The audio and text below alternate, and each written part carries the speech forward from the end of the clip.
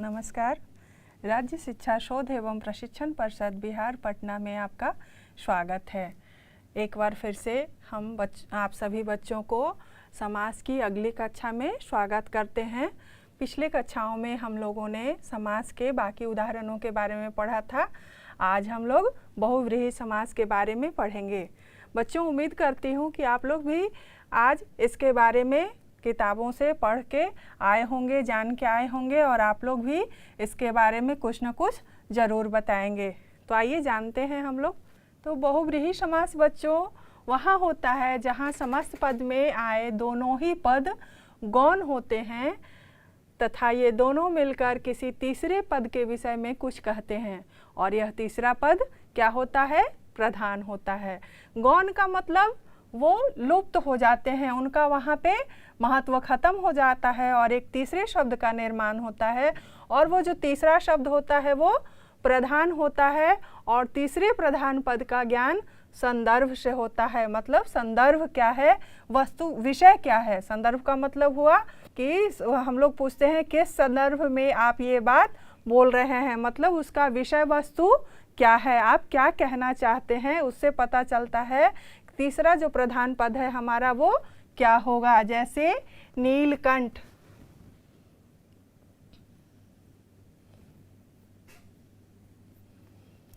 बच्चों आप लोगों को ध्यान होगा इस शब्द को हम लोगों ने कर्मधारय समास में भी पढ़ा था और वहाँ हमने बताया था कि नीलकंठ का हम लोग क्या किए थे? नीला है जो कंठ, और यहाँ पे हम लोग करेंगे नीला है कंठ जिसका। नीला है कंठ जिसका अर्थात शिव। इसे आप लोग लिखते जाएंगे। और वहाँ हम लोग कर्मधारय समास में हमने क्या किया था? नीला है जो कंठ, नीला है जो कंठ। अब इससे हमें पता चलेगा, हमने जो अभी संदर्भ की बात की थी तो विषय क्या है वो संदर्भ इससे पता चलेगा। अगर जो कंठ नीला है उसके बारे में अगर हम बात करते हैं तो उसे नीलकंठ कहेंगे, लेकिन नीला है कंठ जिसका अर्थात जिसका कंठ नीला है। यहाँ पे कंठ नीला है लेकिन किसका ये बताया जा रहा है। तो ये तीसरा शब्द देखिए प्रधान हो गया हम लोगों का शिव। शिव जी का कंठ जो है वो नीला होता है। उसी तरह से अगला उदाहरण हम लोग देखेंगे, पीतांबर।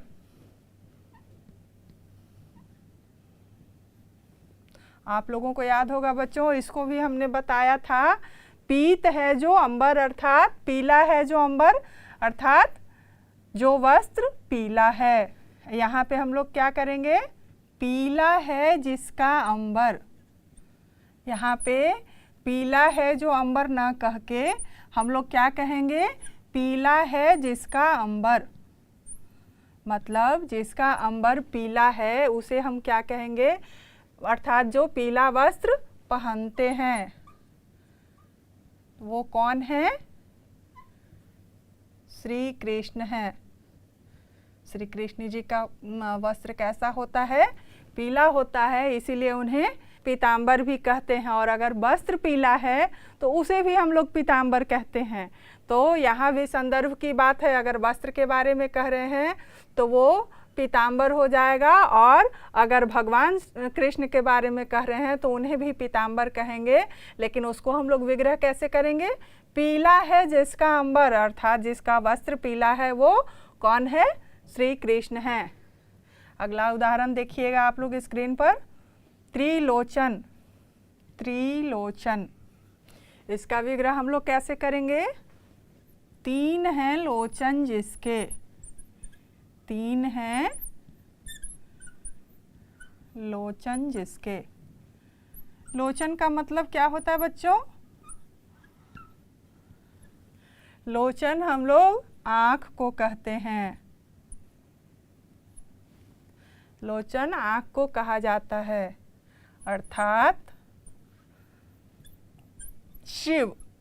3 लोचन किनके होते हैं, 3 आँख किनके होते हैं, शिव जी के होते हैं, इसलिए उन्हें त्रिलोचन भी कहा जाता है। अगला देखिएगा स्क्रीन पर आप लोग, क्या है, दशानन। इसका विग्रह हम लोग करेंगे, देख लिया सर। 10 हैं आनन जिसके, अर्थात जिनके 10 सिर हैं। 10 सिर किसके हैं बच्चों,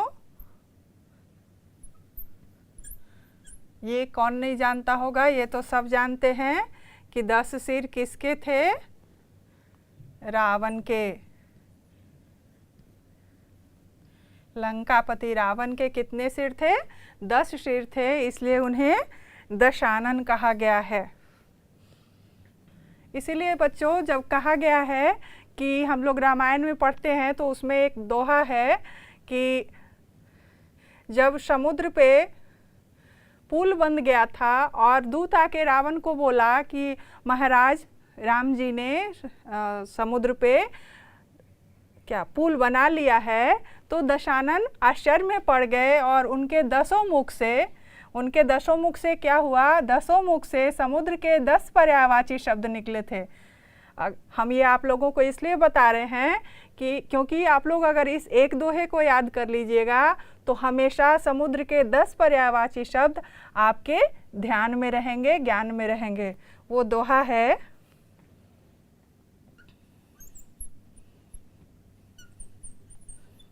बांध्यो वन निधि नीर निधि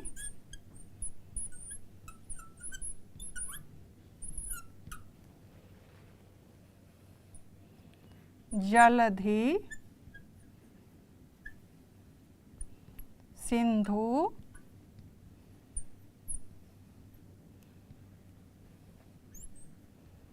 बारिश।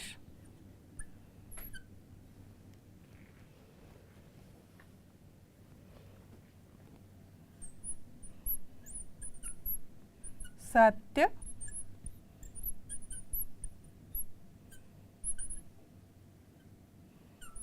तोय निधि कंपति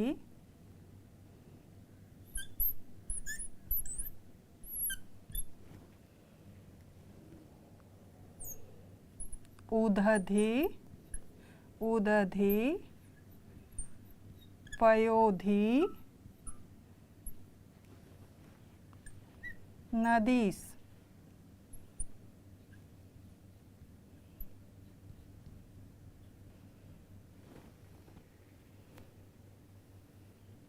इस दोहे से बच्चों इसमें समुद्र के 10 पर्यायवाची शब्द हैं, जैसे पहला वन निधि, दूसरा नीर निधि, तीसरा जलधि, चौथा सिंधु और 5वां बारिश। उसी तरह से 6ठा तोय निधि, 7वां कंपति, 8वां उदधि, 9वां पयोधि और 10वां नदीस। ये 10 समुद्र के 10 पर्यायवाची शब्द हैं।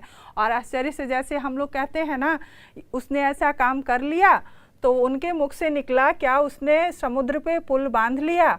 तो 10 मुख से उनके 10 पर्यायवाची शब्द निकल गए थे और उसने एक दोहे का रूप ले लिया था, बांध्यो वन निधि नीर निधि जलधि सिंधु बारिश सत्य तोय निधि कंपति उदधि पयोधि नदीश।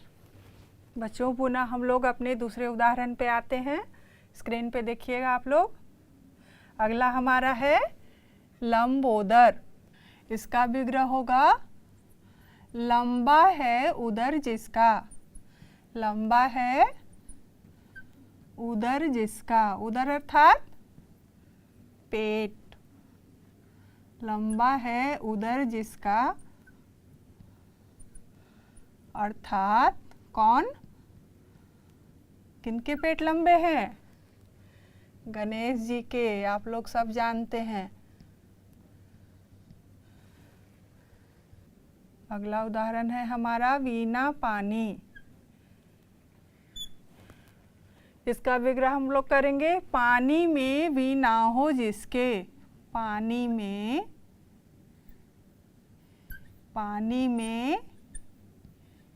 वीणा हो जिसके।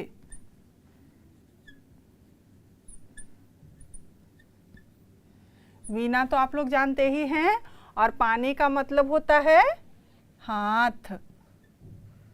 जिनके हाथ में वीणा हो उन्हें क्या कहेंगे? किनके हाथ में वीणा रहता है? माँ सरस्वती के हाथ में वीणा रहता है। तो पानी में वीणा हो जिसके अर्थात सरस्वती। अगला उदाहरण है हमारा गजानन, अर्थात इसका विग्रह होगा गज के समान।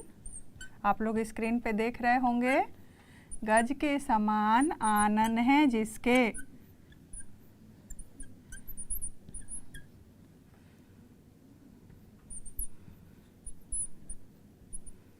जिसका सिर गज के समान है। गज अर्थात गज का मतलब होता है हाथी। जिसका सिर हाथी के समान हो उसे हम लोग क्या कहेंगे? किनका सिर हाथी के समान है? गणेश भगवान का। अगला उदाहरण है षडानन। गजानन का मतलब हुआ गज के समान आनन है जिसके, और ये हैं षड अर्थात 6।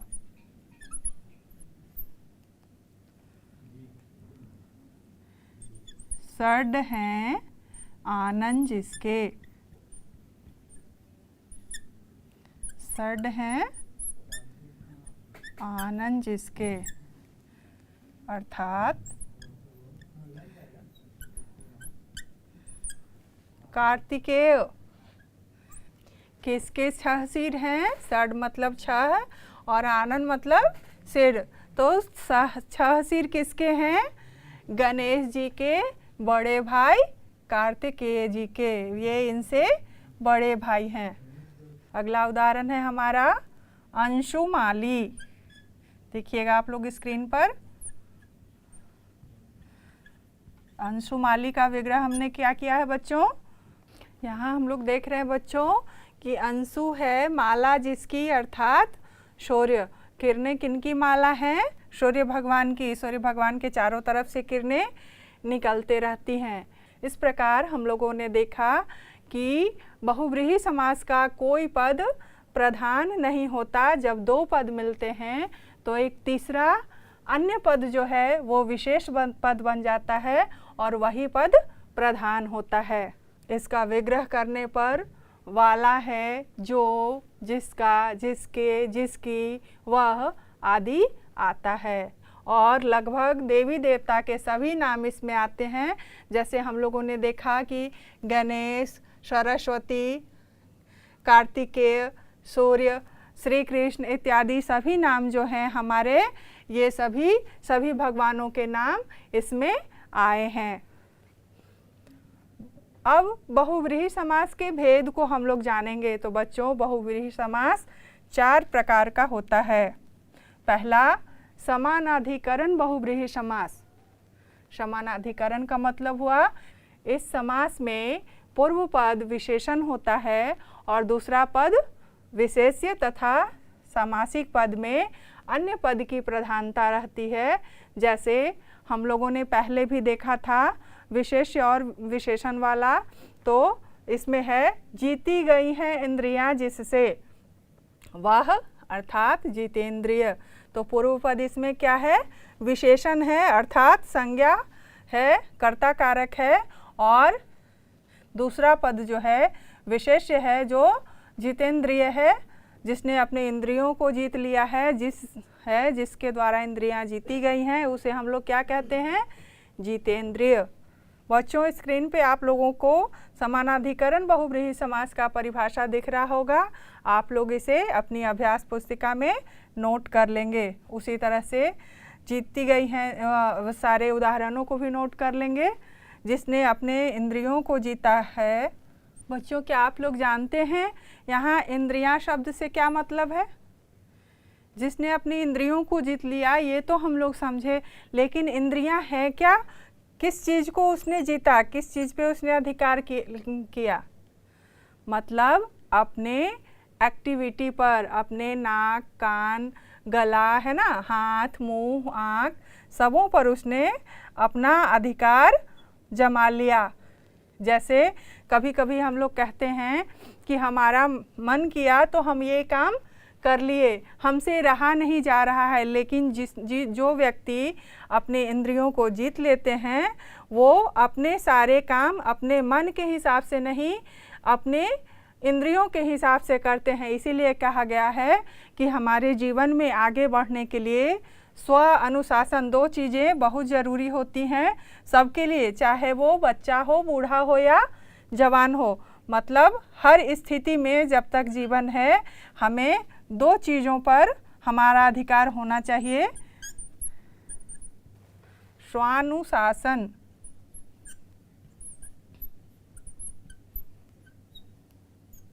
अर्थात खुद पर अनुशासन, और दूसरा स्वाधिकार, मतलब खुद पर अधिकार। हमारे हर कार्य हमारे मन पे नहीं, जो मन में आए वो सारा चीज़, हमारे जो मन में आए वो सारा चीज़ क्या होता है? सही नहीं होता है बच्चों। हमें करना वो चाहिए जो सही है। तो हमारा अपने ऊपर इतना कंट्रोल होना चाहिए, इतना अनुशासन होना चाहिए, खुद पे इतना अधिकार होना चाहिए कि हम अपने जो उचित है वही कामों को करें। हमारे हाथ बिना हमारी मर्जी के ना चलें, हमारे पैर बिना हमारी मर्जी के ना चलें, हमारे मुंह हमारी मर्जी के बिना नहीं चलें, हमारे कान, आँख भी हमारी मर्जी के यहाँ तक कि नहीं चलें। मतलब जो चीज़ हम नहीं देखना चाहें, जो चीज़ हम नहीं सुनना चाहें, वो हमारे कान न सुने और न हमारे आँख देखें। इसीलिए जिसने अपनी इंद्रियों को जीत लिया, जिसने अपने आप पे इतना अधिकार कर लिया, अपने आप पर इतना कंट्रोल कर लिया, उसे हम लोग क्या कहते हैं? जितेंद्रिय कहते हैं। और वह कोई व्यक्ति विशेष हो सकता है। अगला उदाहरण देखेंगे हम लोग। कलह है प्रिय जिसको, उसे हम लोग क्या कहते हैं?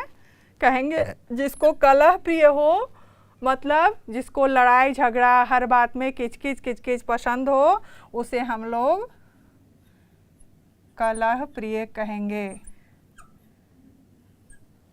जैसे कोई प्रकृति प्रेमी होते हैं, है ना, उन्हें प्रकृति से प्रेम होता है, और ये जो महाशय जो भी होंगे उन्हें कलह प्रिय होगा, इसलिए उन्हें कलह प्रिय नाम दिया गया। अब हम लोग अगले उदाहरण की तरफ जाएंगे। बच्चों, स्क्रीन पे आप लोग देखिएगा। अगला उदाहरण है हमारा, पीत है अंबर जिसका, पीतांबर। अगला उदाहरण है हमारा, देखेंगे आप लोग। 4 है लड़ियाँ जिसमें, उसे क्या कहेंगे? चौलड़ी। अगला है उदार है हृदय जिसका, वो क्या कहलाता है बच्चों? उदार हृदय। जिसका हृदय उदार हो उसे हम उदार हृदय कहेंगे। इसमें आप लोग सभी देख रहे हैं इन उदाहरणों में कि पहले विशेषण आया है उदार, फिर हृदय आया है विशेष्य। पहले 4 आया है, फिर लड़ियाँ आई हैं। पहले पीत आया है, फिर अंबर आया है। पहले जीता गया है, फिर इंद्रियां हैं। पहले कलह है, फिर प्रिय है। प्रिय क्या है? तो कलह। जीता क्या गया है? तो इंद्रियां। तो इस तरह से इसमें पहले विशेषण है, उसके बाद विशेष्य है। इस प्रकार बच्चों, समानाधिकरण बहुव्रीहि में दोनों पदों का समान संबंध तीसरे पद से होता है। तीसरा पद जो बना पीतांबर, उसमें दोनों पदों का संबंध है, पीत और अंबर। चौलड़ी तो 4 और लड़ी। उदार हृदय तो उदार और हृदय। जितेंद्रिय कलह प्रिय, कलह और प्रिय, जीता गया है, जीता है जिसने इंद्रियों को वो जितेंद्रिय। तो इसमें हम लोग देख रहे हैं कि पहला पद हो या दूसरा पद हो, सबों का संबंध इस तीसरे पद से है। अब बहुब्रीहि समास का अगला उदाहरण है हमारा व्यधिकरण बहुब्रीहि समास। तो व्यधिकरण बहुब्रीहि समास बच्चों उसे कहते हैं जिस समास का पहला पद कर्ता कारक और दूसरा संबंध या अधिकरण कारक का हो। जैसे पहले वाले में पहला कर्ता कारक था समानाधिकरण में और दूसरा पद किसी भी कारक का हो सकता था, जैसे करण कारक, संप्रदान कारक, आपादान कारक, किसी भी कारक का हो सकता था। लेकिन व्यधिकरण बहुव्रीहि समास में पहला पद कर्ता कारक होता है और दूसरा पद संबंध या अधिकरण कारक का होता है। जैसे हम लोग देखेंगे, शूल है पानी में जिसके, शूल है पानी में जिसके,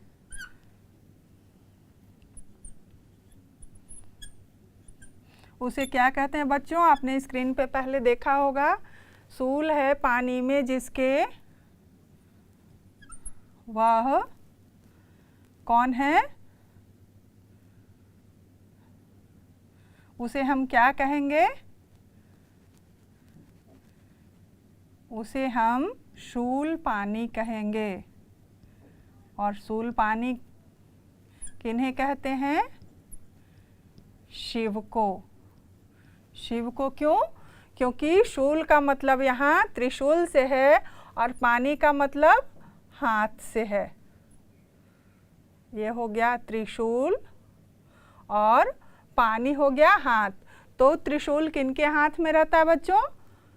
शिव जी के हाथ में। इसीलिए हम लोगों ने कहा कि शूल है पानी में जिसके, शूल पानी यानी शिव।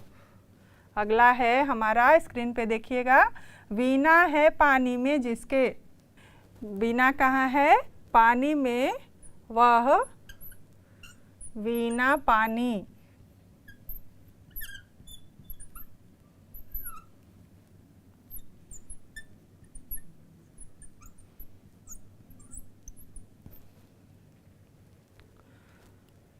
यहाँ तो समझाने की विशेष ज़रूरत नहीं है, इसको हम लोग पहले भी समझ चुके हैं। पानी का मतलब हाथ और वीणा का मतलब वीणा। तो उन्हें क्या कहेंगे? सरस्वती। वीणा पानी को, सरस्वती को हम लोग वीणा पानी कहते हैं। अगला उदाहरण हमारा है, देखेंगे हम लोग, चंद्र है शेखर पर जिसके। उसे हम लोग क्या कहते हैं? नाम देते हैं चंद्रशेखर। और चंद्रशेखर कौन है? ये भी शिव भगवान है। चंद्र मतलब चंद्रमा और शेखर मतलब ललाट। जिनके ललाट पे चंद्रमा हो उन्हें चंद्रशेखर कहेंगे और शिव जी के ललाट पे चंद्रमा हमेशा विराजमान रहता है, इसलिए उन्हें चंद्रशेखर कहा गया है। अगला है हमारा, मोदक है प्रिय जिसको, वह मोदक प्रिय। उसे क्या कहेंगे? मोदक प्रिय कहेंगे। और मोदक प्रिय किन्हें कहते हैं? गणेश जी को। हम सभी जानते हैं गणेश जी को लड्डू बहुत पसंद है ना। अगला है, वह जो सूर्य का पुत्र है। आप लोग देख रहे होंगे स्क्रीन पर, उसे क्या कहते हैं? सूर्यपुत्र। और सूर्यपुत्र किन्हें माना गया है? कर्ण को। कर्ण का कौन है? महाभारत का एक पात्र है। उसके बाद हमारा तीसरा उदाहरण है बच्चों, तुल्य योग या सह बहुव्रीहि समास। इसका मतलब हुआ कि जिसका पहला पद सह अर्थात साथ हो, लेकिन सह के स्थान पर केवल स का प्रयोग किया जाए, स दंती स का प्रयोग किया जाता है, वह तुल्य योग या सह बहुव्रीहि समास कहलाता है। अर्थात उस स का मतलब तो सह हो अर्थात साह हो, लेकिन लिखने में हम लोग वहाँ पे सह का प्रयोग ना करके केवल स का प्रयोग करते हैं। जैसे जो बल के साथ है, जो बल के साथ है। वह, उसे हम लोग क्या कहते हैं? सबल, मतलब मजबूत। जिसके पास बल है वो क्या होगा? मजबूत होगा। देह के साथ है जो,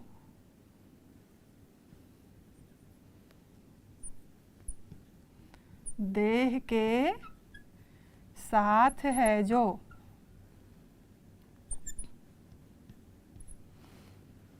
उसे हम लोग क्या कहते हैं? सदेह।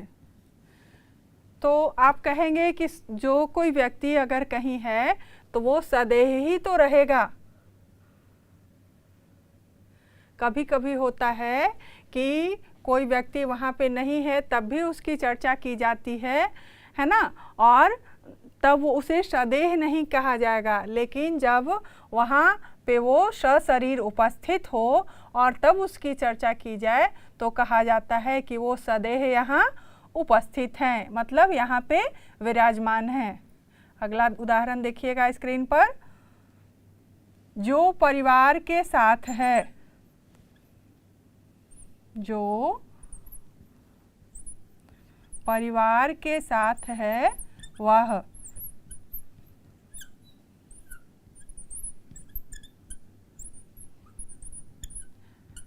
हम लोग कहते हैं कि हम सपरिवार आए हैं, मतलब परिवार के साथ आए हैं। या जब हम लोग किसी को निमंत्रण देते हैं तो कहते हैं कि हमारे यहाँ आप सपरिवार आएंगे, मतलब अपने परिवार के लोगों के साथ आएंगे, तो उसे मतलब परिवार के साथ को सपरिवार कहा जाता है। अगला उदाहरण देखेंगे। चेतना के साथ है जो, उसे हम लोग क्या कहते हैं? सचेत।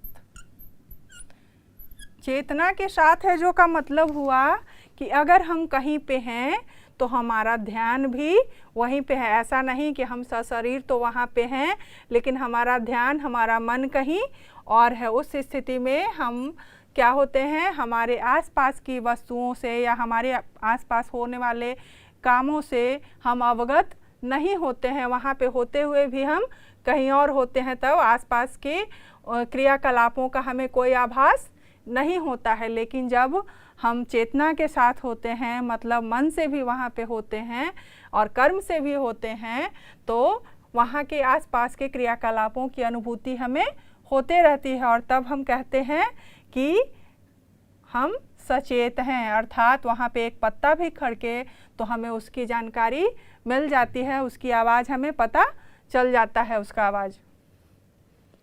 अगला है, जो पुत्र के साथ है, जो पुत्र के साथ है वह,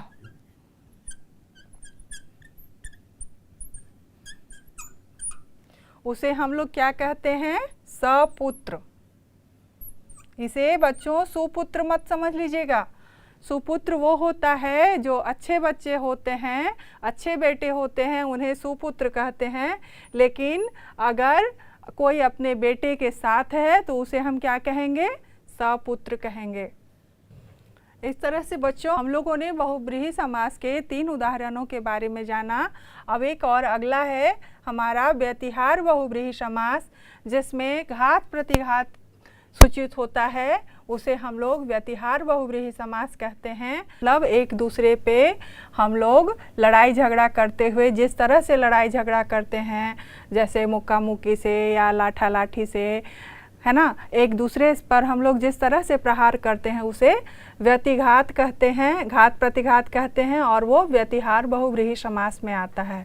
तो इसे हम लोग बच्चों अगली कक्षा में इसके बारे में हम लोग विस्तृत रूप में और जानेंगे।